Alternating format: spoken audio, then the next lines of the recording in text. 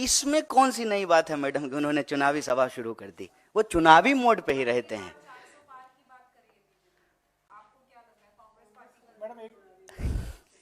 एक बात बताइए, अब की बार 400 पार अगर हो जाता तो एन केन प्रकारेण किसी को भी, आपको मालूम है बीजेपी ने आज किसको उड़ीसा में ज्वाइन कराया है? एक बीजेडी का एमएलए जो भाजपा कार्यकर्ताओं के ऊपर गाड़ी चढ़ा दिया। एक तो मुझे नहीं मालूम कि आजकल के नेताओं को गाड़ी चढ़ाने का क्या शौक है। वो टेनी जी का बेटा किसानों पे गाड़ी चढ़ा दिया था।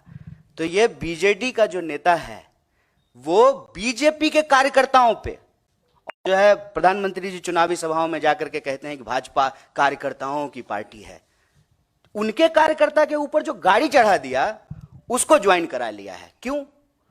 400 पार को लेकर के इतना कॉन्फिडेंट होते तो किसी भी स्तर पे जाकर के समझौता करते। अभी आपने देखा कि बिहार में जो है नीतीश कुमार को लेकर के क्या क्या बोलते थे, और अभी जो है सब एकदम सब बढ़िया, एकदम स्वीट स्वीट सा हो गया है। तो मुझे नहीं लगता है, ये दावे हैं, सुनते हैं हम भी, आप भी सुनिए।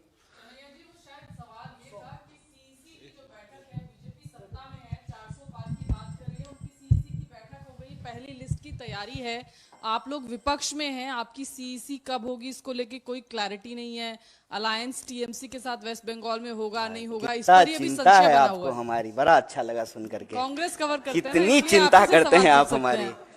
बहुत बहुत अच्छा लगा, आप लोग कितना चिंतित हैं हम लोगों के लिए, बहुत अच्छा लगा, बहुत धन्यवाद।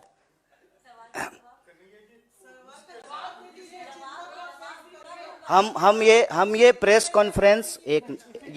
कॉन्फ्रेंस एक बहुत ही गंभीर और संवेदनशील विषय पे है। चुनाव सीट नंबर के लिए प्रेस कॉन्फ्रेंस नहीं रखा गया है। नंबर मैंने आपको बताया, 20 भारतीय लोग रूस में फंसे हुए हैं, बंधक बनाए हुए हैं। अभी 400 छोड़ करके 20 नंबर याद रखिए। इसलिए नहीं जवाब दे रहा हूं, ऐसा नहीं है कि हमको जवाब नहीं देने आता है, जवाब दे सकते हैं, ले विषय कुछ और है। ठीक है कन्हैया जी ये बताइए कि आपने कहा कि अमेरिका में भारतीय छात्रों का मर्डर भी हुआ है, संदिग्ध परिस्थितियों में मौत भी हुई है।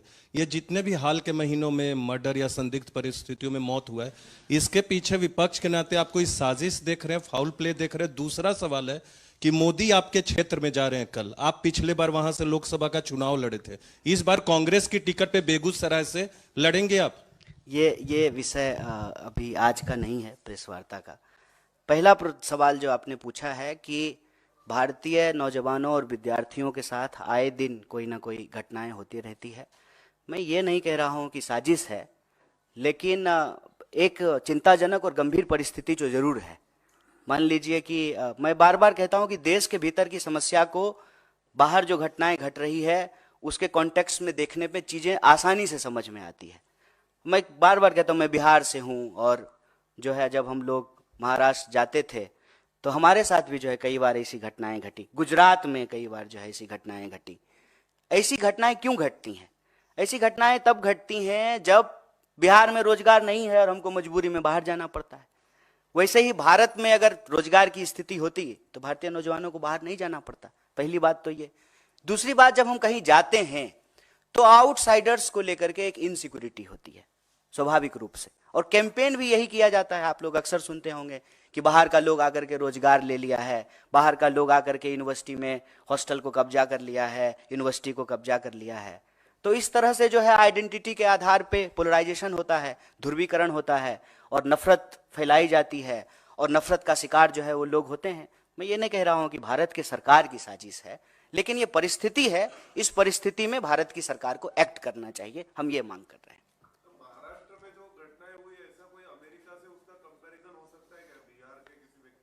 नहीं, बस मैंने समझने के लिए उदाहरण दिया है, कंपैरिजन नहीं है। दोनों की ज्योग्राफी अलग है, परिस्थिति अलग है, बस हमने समझने के लिए उदाहरण दिया। फिलहाल तो नहीं, फिलहाल तो हम रूस की ही बात कर रहे हैं।